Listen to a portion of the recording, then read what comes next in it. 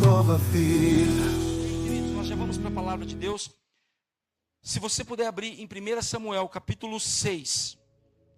E eu vou tentar falar de uma forma menos repetitiva e menos acelerada.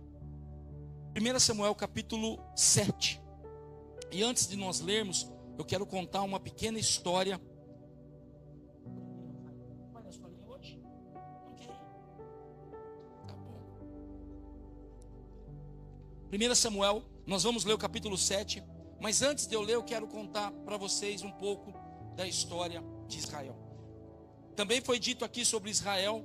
Israel é um povo que é repleto de histórias gloriosas, histórias de vitória, histórias que, quando um judeu olha para a palavra de Deus e vê a história do seu povo, certamente um judeu tem muito orgulho. Mas a semelhança de todos nós, cristãos ou não cristãos, crentes ou não em Deus, todo ser humano, ele tem momentos na sua vida de vitória, mas também tem momentos de dificuldades. Eu tenho certeza que se nessa noite eu dispusesse o microfone para que cada um dissesse de uma luta, de um momento de dificuldade que passou, ou talvez esteja passando, todos nós teríamos algo a contar, algo triste talvez, algo que marcou as nossas vidas. E eu quero nessa noite olhar para Israel, que também passou por situações semelhantes, e eu quero me identificar também como povo de Deus, que hoje eu sou por meio de Jesus Cristo, nosso Senhor, como nós somos, e entender que haverá momentos nas nossas vidas, onde nós passaremos por lutas, mas, ao final dessa palavra, eu quero junto com os irmãos entender, que o mesmo Deus, que guardou, que cuidou, que exortou, que consolou, que prometeu, e que fez tantas maravilhas sobre Israel, é o mesmo Deus que está sobre nós, que está no meio de nós e que tem algo para fazer nas nossas vidas. Amém. Israel viveu tempos de auge na sua história, mas há um período da história de Israel onde o povo começou a se desviar do Senhor através dos filhos do profeta Eli, Ofni e Finéias, dois homens que não temiam a Deus e começaram a profanar aquilo que era sagrado. E eu vou resumir a história aqui. Em um determinado momento da história, eles estavam vivendo uma vida tão religiosa, e não religiosa no sentido bom, porque tem o sentido bom da religiosidade, mas a religiosidade morta, que é a religiosidade sem Deus. Que eles achavam que o fato deles terem a arca, deles terem o nome da descendência de Abraão, aquilo era suficiente, e estavam totalmente afastados de Deus, lutando contra um inimigo mais poderoso do que eles, que eram os filisteus. Mas eles achavam que porque eles conheciam a Deus, que porque eles tinham a arca da aliança, aquilo era suficiente.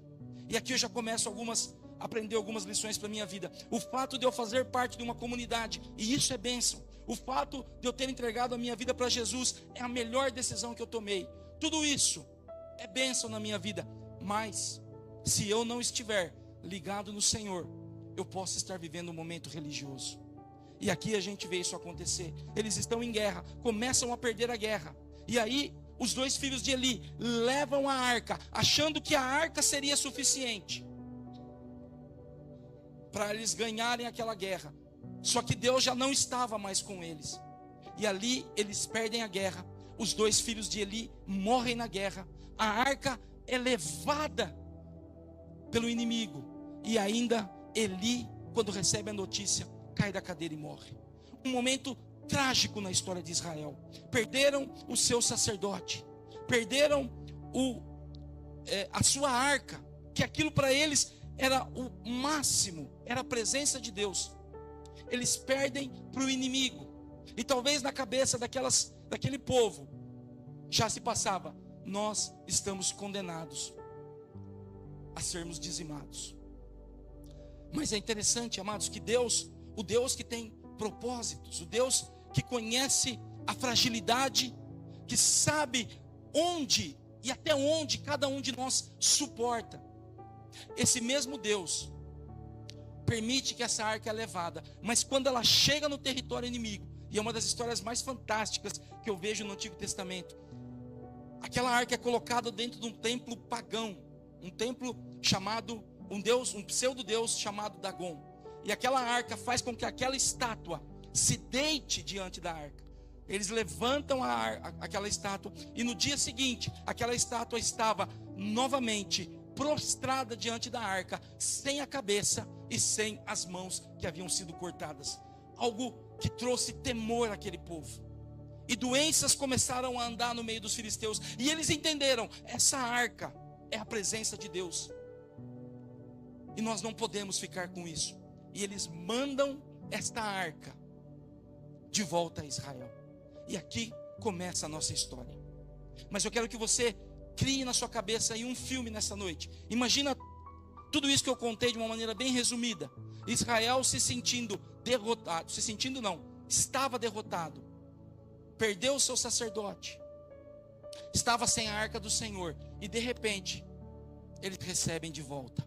E aí a gente começa a história em 1 Samuel capítulo 7, versículo 1.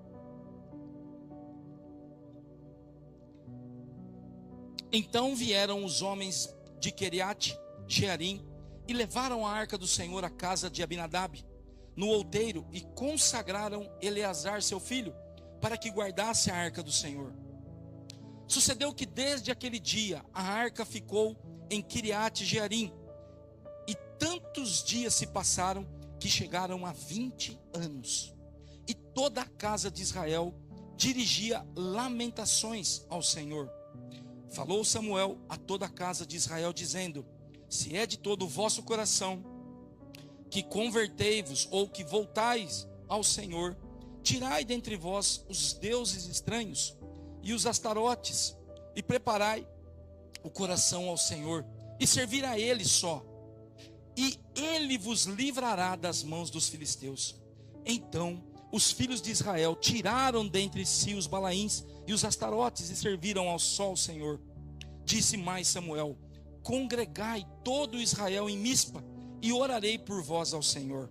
Congregaram-se em Mispa, tiraram água e derramaram perante o Senhor, e jejuaram aquele dia, e ali disseram: pecamos contra o Senhor.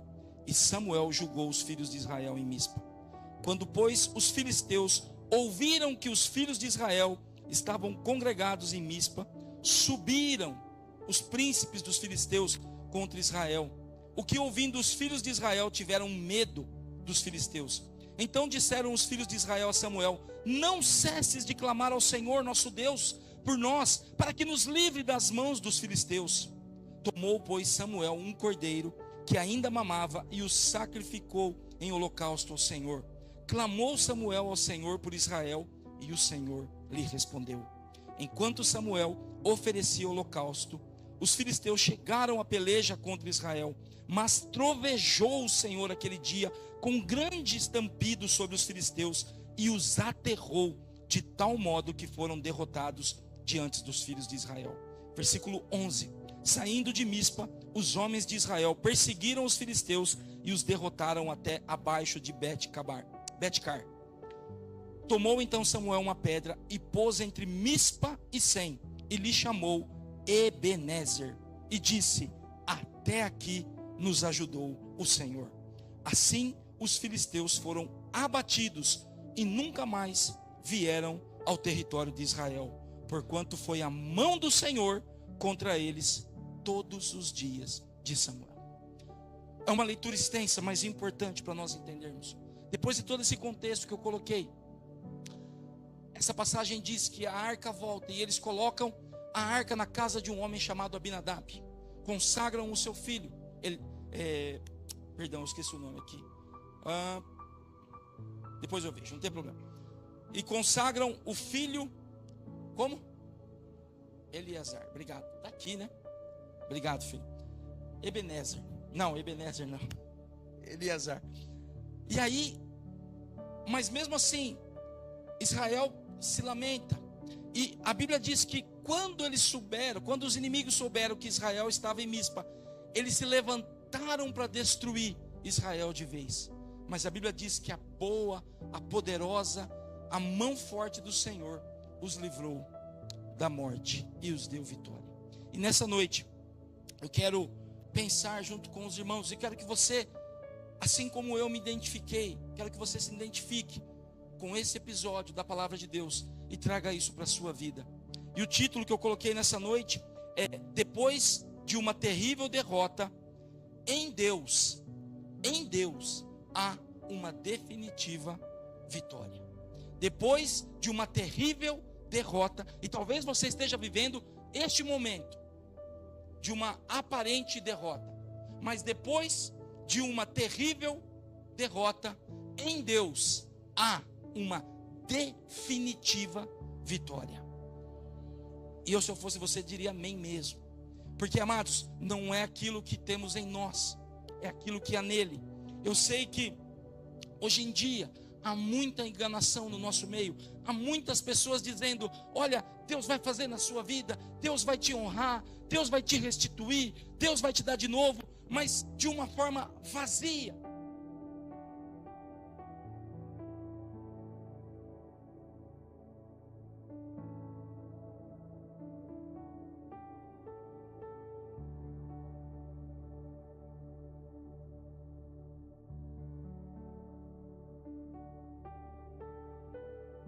Israel, e hoje não é diferente, meu irmão e minha irmã. Muitas das vezes, situações que nós passamos, de dificuldades, de lutas, de aparentes derrotas, são oportunidades que Deus usa para nos aproximar dele, para nos levar a ter um relacionamento mais profundo, mais íntimo com ele. Então, eu quero que você já guarde isso na sua vida. Eu não sei o que você tem passado. Talvez você esteja vivendo esse momento de derrota terrível, ou de uma terrível derrota. Mas a boa notícia é essa: em Deus há uma permanente vitória. E nós vemos aqui, a primeira coisa é que hoje nós estamos, muitos, de uma maneira talvez até com boa intenção, lá no começo, mas hoje perdeu a linha. Hoje tem muita gente dizendo que o que você precisa fazer é um voto com Deus. Faz um voto, faz uma oferta, coloca o seu carro, coloca não sei o quê. E na verdade a Bíblia não fala de voto, a Bíblia fala de mudança. Muitos estão dizendo: oferte, dê tudo que você tem, dê o seu melhor. Só que esqueceram do arrependimento. Eu não tenho nenhum problema com voto e oferta, isso é bênção do Senhor. Mas se tem uma coisa que Deus quer gerar em nós, é mudança de caráter e arrependimento das nossas ações. Porque o propósito do Senhor não é só nos levar, não que seja algo pequeno, ao céu, mas é transformar o nosso caráter, transformar a nossa imagem deformada, a imagem e semelhança de Jesus Cristo, o seu Filho, o nosso Senhor. E nós vemos aqui, a primeira coisa que eu vejo nesse texto é que houve uma consagração. E está aqui, no versículo 1. Eleazar. A Bíblia diz que a arca ficou na casa de Abinadab, mas Eleazar foi consagrado ao Senhor. E queridos, eu pergunto: o que é consagrar algo a Deus? Não é necessário, mesmo eu e a minha esposa tendo 6 filhos, não é necessário que eu pegue um filho e fale: olha, esse é do Senhor, esse é exclusivo do Senhor. Quando a Bíblia fala de consagrar algo ao Senhor, está falando das nossas vidas, do nosso tempo. Será que nós temos consagrado o nosso tempo? Será que nós temos consagrado os nossos filhos, as nossas esposas, os nossos maridos? Será que nós temos consagrado as coisas a Deus, a nossa casa, o nosso trabalho, o carro, os bens que Deus tem nos dado? Muitas vezes nós não estamos separando para Deus aquilo que é do Senhor. E nessa noite eu preciso refletir sobre isso. Será, meu irmão e minha irmã, que nós temos consagrado a Deus o que lhe é devido? O Senhor Jesus disse uma frase espetacular, dentre tantas outras, quando o apertaram e disseram, queriam pegá-lo dizendo: é lícito pagar tributo a Roma? E o Senhor Jesus dá aquela resposta que é conhecida mundialmente: dai a César o que é de César, mas dai a Deus o que é de Deus. Será, meu irmão e minha irmã? Deus não está pedindo os nossos filhos, Deus não está pedindo o nosso emprego, Deus não está pedindo a nossa família, mas aquilo que é do Senhor. Será que nós temos consagrado e colocado diante de Deus? O segundo ponto, versículo 2, que diz que eles, e todos os dias se passaram, que chegaram a 20 anos, e toda a casa de Israel dirigia lamentações ao Senhor. É interessante, queridos, que isso é comum na minha vida e na sua vida. Após uma situação ruim, após uma situação de uma aparente e momentânea derrota, os nossos lábios, a nossa boca, a nossa voz não pode produzir única e exclusivamente lamentações. Quantas pessoas estão passando por situações difíceis há anos, há meses, há semanas, não sei, mas parece que da nossa boca, ao invés de sair palavras de bênção, palavras de fé, palavras de encorajamento, tem saído apenas lamentações. A Bíblia fala que esse povo, que em partes, eu disse que Deus estava tratando com eles, correto? Mas muito do que eles estavam passando era a colheita daquilo que eles haviam plantado. Meu irmão, eu não estou aqui nessa noite, minha irmã, para dizer que aquilo que você está passando é colheita, é fruto, melhor dizendo, ou colheita daquilo que você plantou. Mas o que eu estou dizendo, ou melhor, o que a palavra está dizendo, é que nós não podemos ser achados no vale da lamentação. Eu sei que quando nós passamos por dificuldades, a primeira coisa que sai das nossas bocas é uma lamentação. Mas eu vejo aqui um povo que estava preso à lamentação. Mas vamos adiante, o versículo 3, e é esse ponto que eu quero chegar, que é para mim o ponto central dessa palavra. Falou Samuel a toda a casa de Israel, dizendo. Aqui, querido, Samuel era um profeta, sacerdote, alguém que Deus havia separado, juiz, que Deus havia separado para que falasse dos oráculos, da palavra do Senhor àquele povo. E aqui, queridos, eu queria trazer esse tópico para que nós abramos os nossos ouvidos para ouvir a voz profética. E antes de você torcer o nariz, eu sei que esse termo está totalmente deturpado no nosso meio. Qualquer, me perdoe aqui a expressão, sem julgar ninguém, mas qualquer besteira é voz profética. Qualquer coisa que acham vem da cabeça de alguém, diz que é voz profética. Mas se nós olharmos para a palavra de Deus, lá em 1 Coríntios capítulo 14, versículo 3, deixa eu abrir aqui rapidinho, não separei, me perdoe, se consegui colocar aí. 1 Coríntios capítulo 14, 3, fala assim que: mas o que profetiza, fala aos homens, edificando, exortando e consolando. E em 2 Timóteo 3, versículo 6, diz assim, 2 Timóteo 3 aqui, versículo 6. Pois essas, perdão, amados, não é 6 não, deixa eu ver aqui. 2 Timóteo 3,16. Toda a escritura, toda é inspirada por Deus e útil para ensino, repreensão, para correção e educação na justiça. Então, quando você ouvir esse termo, a voz profética, dá para voltar lá, filho, por favor?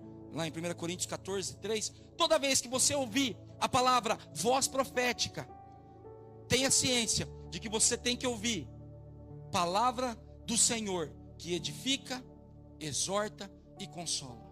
Voz profética não é dizer para você, você vai ter um carro novo, você vai ser isso, você vai ser aquilo. Voz profética é toda vez que a palavra de Deus vem sobre nós, exortando, consolando e edificando, ou na ordem correta aqui, edificando, exortando e consolando. E hoje nós temos a oportunidade de ouvir a voz profética. A palavra de Deus é a voz profética, é a voz de Deus. Toda vez que você lê, toda vez que eu ouvir, ler, estudar, aprender a palavra de Deus, igreja, nós precisamos despertar para isso. Nós temos tido aqui já há pelo menos 8 ou 9 domingos consecutivos aula toda manhã. E queridos, muitas vezes eu vejo um desinteresse da parte da igreja se nós não aprendermos a palavra de Deus, se nós não lermos a palavra de Deus, se nós não limitarmos a receber apenas o que sai daqui aos domingos à noite ou às quintas à noite. Nós estamos vivendo um tempo de fome. Nós não estamos ouvindo a voz profética do Senhor. Mas não é isso que eu quero enfatizar nessa noite. Samuel traz a voz do Senhor e ele dá aqui alguns conselhos para aquele povo. E esse conselho é para mim e para você nessa noite, que talvez esteja vivendo, já viveu ou vai viver um momento de aparente derrota, um momento de talvez uma terrível derrota. E o primeiro conselho que Samuel dá aqui, versículo 3, por favor, pode projetar aí, filho, mais uma vez. Falou Samuel a toda a casa de Israel, dizendo: se é de todo o vosso coração que voltais, ou como aqui está voltais também, algumas traduções dizem que vos converterdes a Deus. Se é de todo o coração que vós vos converterdes, que é a mesma coisa que voltar. E aqui eu tenho a primeira lição, para que eu saia dessa derrota. Talvez eu esteja vivendo para viver a vitória permanente que Deus tem. A primeira coisa que eu vejo, converter. E o que é converter, querido? É muito simples. Já está dizendo aqui, voltar, mudar a direção. Quantas vezes nós estamos andando, e vamos imaginar que aquilo é um abismo, muitas vezes nós estamos andando em direção ao abismo, mas a voz profética, a palavra do Senhor, seja através de uma ministração, de um louvor, da vida de alguém, nos traz um alerta e diz: pare, cuidado, você está indo para o caminho errado. Qual é a nossa primeira atitude? Virar as costas e voltar. Queridos, eu não estou dizendo aqui, pastor, mas isso é para quem não conhece Jesus, isso é para quem não frequenta igreja, isso é para quem está perdido no mundo. Não, queridos, quantos de nós talvez, sem perceber, ao longo da nossa caminhada, tem se desviado do propósito original do Senhor. E o Senhor nessa noite nos faz um convite: voltai, voltai ao caminho que eu tenho para você. Talvez, meu irmão e minha irmã, nós estejamos andando, como eu já disse aqui outras vezes, à beira do caminho, na marginal, paralelo, próximo, perpendicularmente. Mas o que a palavra do Senhor diz, o Senhor diz através de Samuel: se é de todo o vosso coração que voltais ao Senhor. E esse é o primeiro conselho. Nós precisamos entender: será que nós temos andado pelo caminho bom, perfeito e agradável do Senhor? Isso não tem a ver com estar e não numa igreja. Isso não tem a ver com ser ou não um pastor, ou um ministro de louvor, ou ser alguém abençoado por Deus. Isso tem a ver com entender, ou melhor, primeiramente, buscar, entender e obedecer à vontade do Senhor. Nós precisamos, amados, nós como indivíduos, nós como igreja cristã Nova Vida, e nós como igreja espalhado pelo mundo, nós precisamos voltar a clamar pela vontade do Senhor, pela direção do Senhor nas nossas vidas. Voltai ao caminho do Senhor. O segundo conselho, ele diz assim: se é de todo o vosso coração que voltais ao Senhor, tirai dentre vós os deuses estranhos e os astarotes. Querido, o que é o Deus estranho? Nós achamos que deuses estranhos são imagens, são falsos deuses, é Dagon, é Astarote, é Baal, é Mamon, é isso, é aquilo. Mas falsos deuses, quando a Bíblia diz: tirai do vosso meio, tirai, Está dizendo para tirar do meio daquele povo, mas não só do meio daquele povo, do meio, do centro de cada um. Tirai do centro tudo aquilo que está ocupando o meu lugar. Então, meu irmão e minha irmã, tudo aquilo na minha vida, e pode ser a melhor coisa que eu tenho, depois da presença do Senhor Jesus Cristo, depois da salvação que me foi dada em Cristo Jesus, o bem mais precioso que nós temos nessa terra é a nossa família, são os nossos filhos, os nossos cônjuges, os nossos pais. Mas, queridos, eles e nada mais pode tomar o lugar que pertence ao Senhor. E nós precisamos olhar para as nossas vidas, olhar o que tem ocupado o nosso tempo, o que tem ocupado os nossos esforços, o que tem tirado as nossas energias. Será, amados, que nós temos colocado Deus, o Senhor Deus, no seu lugar de honra, de glória, de primazia? Eu não canso de dizer isso. Deus nunca pediu exclusividade a nós com relação às coisas que Ele nos deu. Deus pede: amarás, pois, o Senhor teu Deus de todo o teu coração. Ouve, ó Israel, o Senhor é o único Deus. Quando Deus fala de deuses ou de falsos deuses, Ele diz: eu sou o único. Mas quando Ele fala de amor, Ele nunca pediu exclusividade. Esse próprio versículo que eu comecei a citar: amarás, pois, o Senhor teu Deus de todo o teu coração, de toda a tua alma, com toda a tua força e com todo o teu entendimento. Ele é completo, dizendo: e amarás teu próximo como a ti mesmo. O Senhor Jesus nos mandou amar até os nossos inimigos. Então Deus nunca pediu exclusividade, mas sempre prioridade. Será, meu irmão e minha irmã, que nós não estamos vivendo tempos de derrota, à semelhança de Israel, porque não colocamos o Senhor, o Deus Todo-Poderoso, no seu lugar absoluto? Será que Deus é o mais importante na minha vida? Ou se Deus tirar a minha esposa, Ele já não será mais tão importante? Se tirar um dos meus filhos, se tirar o meu emprego, se tirar a minha casa, ou melhor, se permitir que eu perca isso, será, amados, que nós temos colocado o Senhor no lugar de honra? Deus fala através de Samuel: tirai do vosso meio, tirai. Eu preciso, nós precisamos tirar tudo aquilo que tem atrapalhado. O terceiro conselho, e esse aqui é tremendo: tirai dentre vós os deuses estranhos e os astarotes, e aqui está o terceiro conselho: preparai o coração ao Senhor. Queridos, preparar o coração ao Senhor. Eu não sei fazer bolo, a Elisene sabe mais ou menos, a Jennifer também. Bolo nem é tão bom, come 8 pedaços e enjoa rapidinho. Mas, oi? Metade do bolo. Mas, quantas vezes nós, ou alguém que vai fazer um bolo, é simplesmente pegar os ingredientes, jogar ali na forma, pum, saiu o bolo? Não, tem que untar a tal da forma, tem que aquecer o forno, tem que misturar os ingredientes. E muitas vezes nós não estamos preparando o nosso coração, que não fala de um músculo ou desse órgão que bombeia sangue a todo o nosso organismo, mas está falando dos nossos sentimentos mais profundos, da nossa prioridade, da nossa vida. Muitas vezes nós não estamos preparando o nosso coração, como diz aqui: preparai o coração ao Senhor.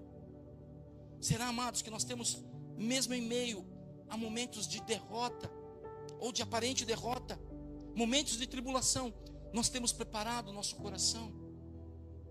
E muitas vezes o que sai da nossa boca são reclamações, blasfêmias, palavras contrárias, maldição, maldizemos os outros, amaldiçoamos a nós mesmos. E o Senhor está dizendo: prepare o seu coração, como um agricultor que prepara a terra, deixa ela bem preparada, bem adubada, para que aquilo que cair germine fruto. Amados, todos nós, ou a maioria de nós, temos muitas vezes ocupação no dia todo, quando não estamos trabalhando, estudando, quando não estamos cuidando dos afazeres domésticos, quando não estamos resolvendo problemas, estamos dormindo porque precisamos. E muitas vezes nós esquecemos de preparar o bem mais importante que Deus nos deu aqui, que é o nosso corpo, ou um dos bens mais importantes, que é o nosso corpo, preparar a nossa alma, para que Deus possa vir e ministrar ao nosso coração. Não precisa erguer a mão para que nós não nos envergonhemos, mas quantos de nós essa semana separou um tempo das 24 horas, ou dos 1440 minutos que nós tivemos no dia? Quantos de nós separamos desses 1440, se eu não errei a conta? Quantos de nós separamos 5 minutos, 10 minutos, para preparar o nosso coração, ouvir a palavra de Deus, orar? Às vezes, amados, nós vemos para um culto como esse, ou como qualquer outra igreja abençoada, e nós vamos na expectativa de receber algo.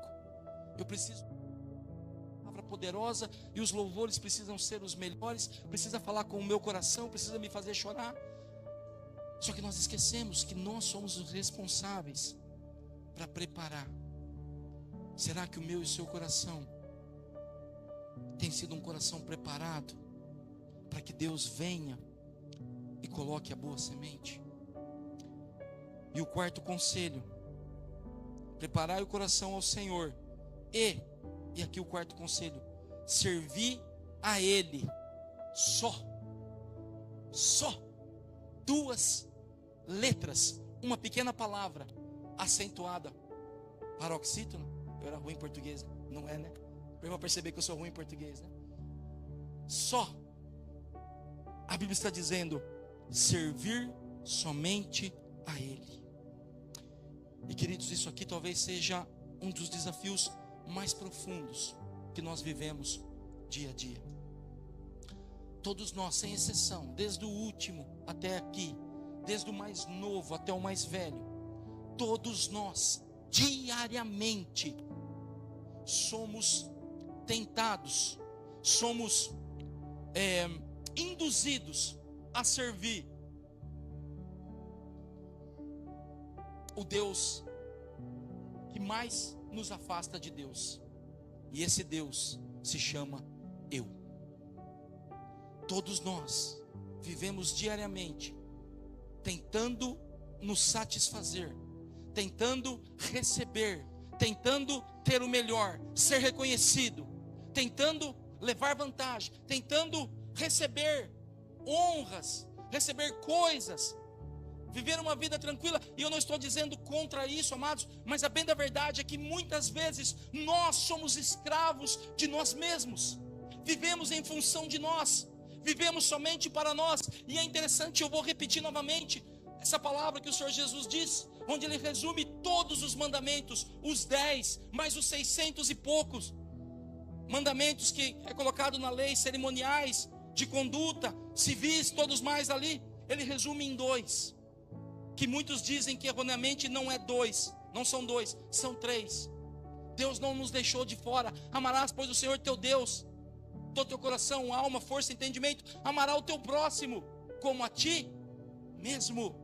Nós precisamos nos amar, sim, queridos, mas a bem da verdade é que muitas vezes nós vivemos uma vida em função de nós.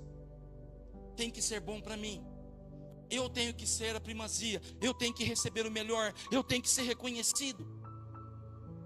E o Senhor está dizendo: servir a Ele somente. Eu não posso, eu não consigo servir a Deus e a mim mesmo. Quantas vezes, amados, somos derrotados porque sobre bons pretextos, sobre bons argumentos, estamos servindo a nós mesmos. E nós seguimos um pouco adiante, e o versículo 3 vem uma promessa a esses que receberam esse conselho do Senhor e começam a entender, lá no finalzinho, no versículo 3, e Ele vos livrará. Sabe, queridos, eu sei que hoje há muita enganação, Pessoas dizendo: Deus vai te abençoar, Deus vai te livrar, Deus vai te fazer isso, aquilo. E Deus faz, eu não estou aqui desmentindo. Mas muitas vezes o caminho que está sendo ensinado é um caminho errado. E eu lembrei de novo desse filme e vou falar dele até toda a igreja assistir. Quem aqui já assistiu O Peregrino? Então eu posso falar, ainda não é toda a igreja. Lá nesse filme abençoado, que foi uma visão que Deus deu a Jonathan Edwards. Isso, Jonathan Edwards não, John Byrne, obrigado. Lá em 1600 e tralalá, em determinado momento o peregrino está indo e alguém lhe apresenta um caminho mais fácil. E aqui o Senhor está dizendo que Ele tem uma promessa: Ele vos livrará. Versículo 4, Ele diz assim: então os filhos de Israel tiraram dentre si os balaíns e os astarotes e serviram só ao Senhor. Queridos, não tem vitória, não consigo dizer que esse título dessa noite pode se tornar verdade na minha vida se não houver obediência, decisão de mudança. E eu quero que você preste muita atenção nisso. Muitas vezes nós estamos ouvindo palavras edificadoras, estamos ouvindo a palavra através de boca de pessoas, mas nós deixamos de obedecer, não tomamos uma decisão, não mudamos. É uma mudança sempre no futuro. Eu preciso mudar, eu preciso ser diferente, eu preciso tomar uma postura, eu preciso orar mais, jejuar mais, eu preciso ler mais a Bíblia. Mas é sempre no futuro. Nós vemos aqui que aquele povo tomou uma decisão, e eu e você precisamos tomar essa decisão. Obediência, mudança, decisão. Versículo 6, ele diz: congregaram-se em Mispa, tiraram a água e derramaram perante o Senhor, jejuaram aquele dia, e ali disseram: pecamos contra o Senhor. E aqui, queridos, 3 coisas que eu não posso deixar de falar. Congregar, que já foi dito, sem combinar aqui, foi dito da importância já no começo. Jejuar, sabe o que é jejuar, amados? Não é só tirar alimento. Jejuar é ir para o deserto. A maioria de nós foge do deserto. Jejuar é passar um tempo de separação ao Senhor. O Senhor Jesus não precisava, Ele é Deus, mas Ele ficou 40 dias separado ao Senhor. Mas eu não vou entrar nesse mérito hoje. E aqui também fala, nesse mesmo versículo, confessar.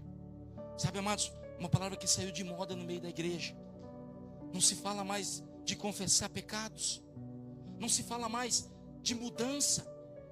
Hoje em dia o que nós vemos é um evangelho que vem muito mais para massagear o nosso ego, muito mais para, parece um papel, e misericórdia, não estou falando contra aqui, me perdoem os psicólogos se eu ofender com isso, não é minha intenção, mas às vezes a gente quer transformar a palavra de Deus num tratamento psicológico, levando a pessoa somente a se conformar com aquilo. Eu sei que a psicologia não faz isso, tem 3 ou 4 psicólogos aqui que já estão me olhando assim, ó, cuidado, inclusive nós estamos te analisando, pastor. Tem 4, né? 4. Meu filho também já está quase se formando há uns 4 anos. E brincadeira, voltando para a palavra. E nós muitas vezes, até me perdi aqui, confessar. Nós esquecemos que também que o evangelho ele vem para nos confrontar, para trazer mudança. E nós precisamos sim, amados, voltar a confessar os nossos pecados uns aos outros, como está escrito em Tiago capítulo 5. Confessai, pois, os vossos pecados uns aos outros, e orai pelos outros para serem curados. Para serem curados. Não há cura sem confissão de pecados. Mas deixa eu ir adiante. Mas olha que interessante. Aquele povo se arrepende, aquele povo se volta ao Senhor, aquele povo fala: tá bom, Samuel, profeta, homem de Deus, sacerdote de Deus, nós vamos retornar ao Senhor, e aí daqui para frente a nossa vida vai ser um mar de rosa, amém? Não. Versículo 7, quando pois os filisteus ouviram, quando o inimigo ouviu que os filhos de Israel estavam congregados em Mispa, subiram para pelejar contra eles. E é aqui que muitas vezes a gente cai. A gente acha que porque eu resolvi buscar Deus, eu comecei a ir na igreja, eu parei de fazer isso, parei de fazer aquilo, comecei a me santificar, agora minha vida vai ser um mar de rosas. Não, queridos. Eu tenho uma boa e uma má notícia para você. A má notícia é que não. O inimigo que quer destruir eu e você, quer destruir quem está na sarjeta, quer destruir quem já está destruído, quer destruir a todos os seres humanos, ele vai intensificar a luta, porque ele vai ouvir que nós tomamos essas decisões que nós lemos agora há pouco no capítulo 7 de Samuel, versículo 3. Mas nós não temos a garantia de que não haverá lutas e medos. Talvez, amados, eu e você não estejamos vivendo uma pequena parte daquilo que Deus tem para nós, porque o medo tem tomado conta. Queridos, a Bíblia está dizendo que haverá lutas e medos, mas vamos em frente. Olha o que o texto diz aqui, para eu não responder com as minhas palavras. Então disseram os filhos de Israel a Samuel: não cesses de clamar ao Senhor nosso Deus. Queridos, quando vier a luta e o medo, o que nós vamos fazer? Retroceder? Amém?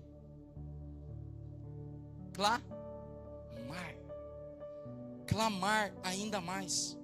Israel vê aquele inimigo que poderia destruí-lo militarmente, que já havia o derrotado anteriormente. Ele vê aquele inimigo novamente se levantando contra eles. E ao invés de reclamar, ao invés de retroceder, ao invés de desistir, ao invés de separar, ao invés de largar o emprego, a igreja, ao invés de mudar de vida radicalmente e deixar a vida te levar, como diz aí deixa quieto, não vou usar o adjetivo para não ofender, como diz um cachaceiro, é isso mesmo, deixa a vida me levar. Quando nós, amados, entendemos que isso tudo que nós podemos e passamos pode acontecer, mas o nosso papel é clamar ao Senhor, como esse povo fez aqui, e eles clamaram. Então disseram os filhos de Israel a Samuel: não cesses de clamar. Querido, não pare de clamar, não pare de pedir misericórdia, graça de Deus sobre a sua vida, sobre o seu filho, sobre o seu esposo, sobre a sua esposa, seja a causa que for. Não cesse de clamar. E aí, o versículo 10, e tenha fé que eu vou terminar essa palavra hoje. Versículo 10 diz assim: enquanto Samuel oferecia holocaustos, os filisteus chegaram à peleja. Olha que interessante, né? Estava oferecendo, estava colocando uma oferta para Deus, estava adorando a Deus. Na nossa cabeça o que acontece? O inimigo, nesse caso, no momento em que ele oferecia, chegaram à peleja contra Israel. Mas aqui, amados, lembra que eu disse? Quando vier a luta, quando vier a dificuldade, mas pastor, eu estou fazendo tudo certinho, pensamos nós, né? Mas eu estou lutando, eu estou me consagrando, eu estou tentando, mas as lutas não param. Acho que não é de Deus. Não, queridos, continue a clamar, porque olha aqui o versículo 10. Mas trovejou o Senhor aquele dia com grande estampido sobre os filisteus, e os aterrou de tal modo que foram derrotados diante dos filhos de Israel. Amados, o Deus que nos chama, o Deus que deixou a sua palavra, o Deus que corrige, o Deus que exorta, o Deus que consola, o Deus que tem momentos que puxa a nossa orelha, o Deus que permite algumas coisas nas nossas vidas para que nós lembremos de quem nós somos e de quem Ele é. Esse mesmo Deus nos dá a garantia da vitória se estivermos nele. Amados, não se deixe enganar.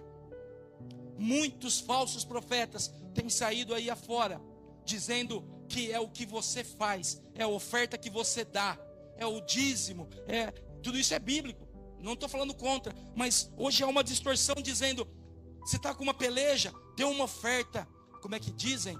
Uma oferta de ousadia, de sacrifício, dê uma oferta de sacrifica a Deus, para de ser, como é que eles falam, covarde, dá tudo, você já está lascado mesmo, entrega tudo.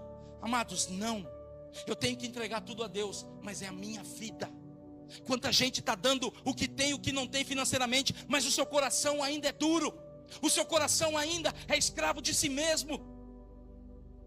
Quantas pessoas aparentemente estão dando o que nem deveriam dar, mas aquilo que o Senhor pede de fato, não estão dando. E aqui o Senhor fala que Ele, o Senhor, amados, não é a minha capacidade, não são as minhas estratégias, não são os meus recursos, não é a minha posição eclesiástica, não é o quanto eu conheço, é a graça do Senhor, por estarmos debaixo dessa mão poderosa, por nos voltarmos a Ele, por servirmos a Ele, por amarmos a Ele, por confiarmos nele. É esse Deus que vai nos garantir a vitória. Amém. E se eu fosse você, eu aplaudia o Senhor.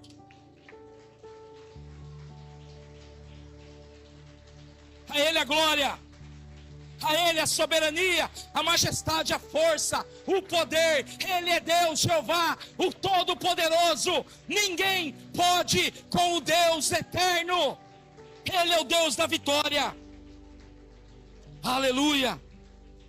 E eu poderia terminar a palavra aqui, amados. E eu poderia terminar aqui nessa noite. Mas o versículo 12 diz: tomou então Samuel uma pedra. O Cassiano colocou R$2 aqui hoje, né? O que vale mais? R$2 ou uma pedra? Eu ficaria com os R$2.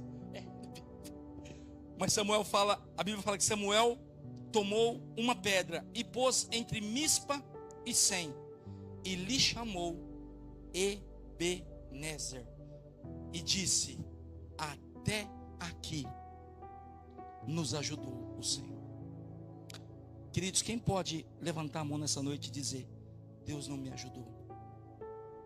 Qual de nós pode levantar a mão nessa noite e dizer: Deus nunca me ajudou? Todos nós podemos dizer: Ebenezer, até aqui nos ajudou o Senhor. E eu olho aqui e eu vejo duas características que precisa ter na minha e na sua vida. Primeiro, reconhecer.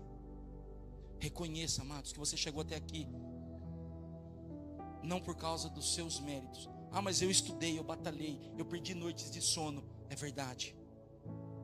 Mas se Deus tivesse colocado, fala uma bactéria aí, Fê, aqui, que para a pessoa. Hã? Essa daí mesmo. Eu não conheço, mas deve ser braba pelo nome. Hã? Uma meba. Se Deus permitisse que essa meba aí, que eu não sei nem o que ela faz, entrasse na minha e na sua vida, o que ia acontecer, Cassiano? Agora completa aí, ajuda eu. Só isso? Ah, não. Eu queria uma coisa mais forte. Não, é verdade. Eu acho que é dor de barriga. Mas enfim, se Deus colocasse talvez algumas células que se multiplicassem muito rápido, Deus permitisse que isso entrasse, nós sabemos o resultado disso. Então, queridos, a primeira coisa é reconhecer que até aqui o Senhor nos ajudou. Por pior que pareça a derrota que você ou eu estejamos vivendo, reconhecer. E segundo, agradecer. Eles já haviam derrotado. Nós já vamos embora, Bruninho, segura aí. Ele falou aí o que muitos estão pensando, mas nós já estamos terminando. Samuel podia ter virado as costas e falado: obrigado, Senhor, está tudo certo. Mas Samuel herege, né? Herege não gosto dessa palavra. Erigir. Põe uma pedra de pé ali. Coloca uma pedra em agradecimento ao Senhor. Queridos, nós precisamos ser gratos a Deus. Quantas coisas o Senhor fez hoje, essa semana. Quantos acidentes nós fomos livrados. Quantos caminhões podiam ter desgovernado e batido de frente com o seu carro, bala perdida, enfim, tantas coisas, perca de emprego, saúde. Seja grato a Deus. Pastor, mas você não sabe quanta coisa eu preciso. Realmente eu não sei, mas olhe para aquilo que o Senhor já fez. E eu termino, nós não lemos o versículo 14. E as cidades que os filisteus haviam tomado a Israel foram-lhe restituídas, desde Hebrom desde Ecrom até Gate, e até os territórios delas. Arrebatou Israel das mãos dos filisteus, e houve paz entre Israel e os amorreus. Queridos, eu poderia não posso, porque Deus não me permite isso, mas um pregador desatento poderia vir e falar assim: não, porque Deus está dizendo nessa noite que Ele vai te restituir tudo aquilo que o inimigo roubou. Deus vai restituir 5 vezes mais, 10 vezes mais, 100 vezes mais. Isso é errado, queridos? Não, mas preste atenção, o objetivo de Deus aqui era restituir as terras a Israel? Sim ou não, igreja? Não.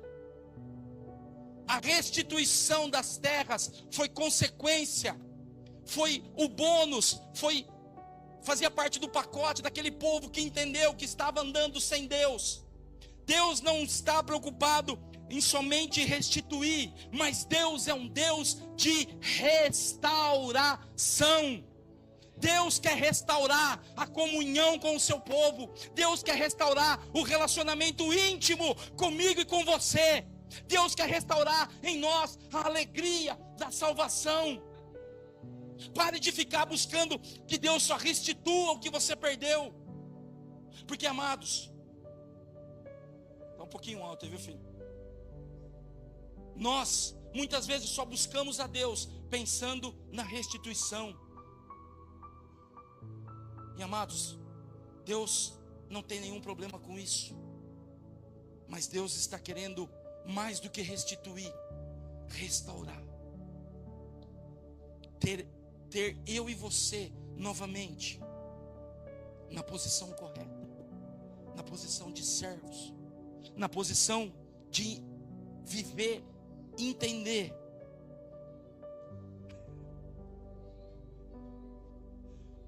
Vou atender o pedido do Bruninho. Eu até fechei aqui, Bruninho, ó, já fechei a Bíblia. Dá glória a Deus, fala glória a Deus. Isso. Mas, queridos, eu estou terminando e agora é sério. Deus, muito mais, Deus pode restituir um casamento que está em ruínas. Deus pode restituir o seu sistema financeiro que está em colapso.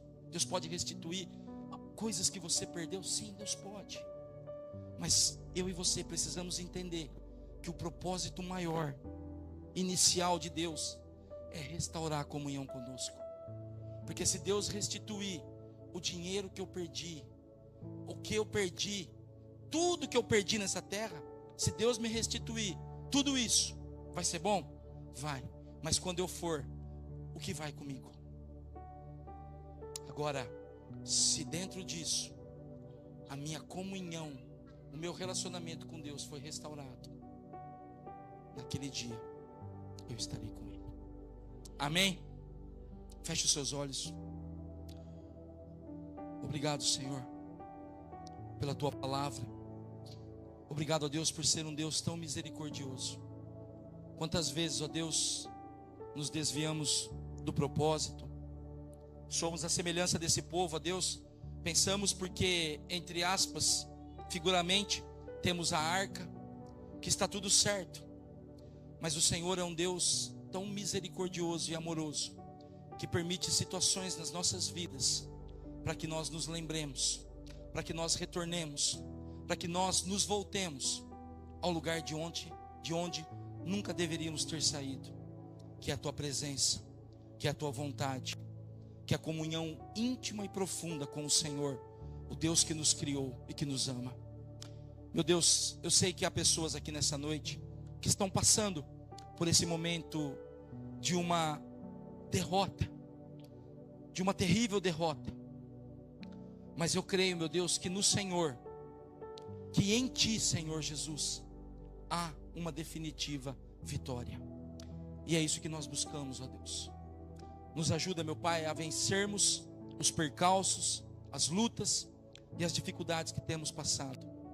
Mas acima de tudo isso, meu Deus, que essas coisas sejam instrumentos para nós voltarmos ao Senhor. Ou melhor, meu Deus, que nem nos separaremos do Senhor, que nem nos separemos do Senhor, mas que possamos viver todos os dias ligados em Ti, para que venhamos a frutificar, em nome de Jesus.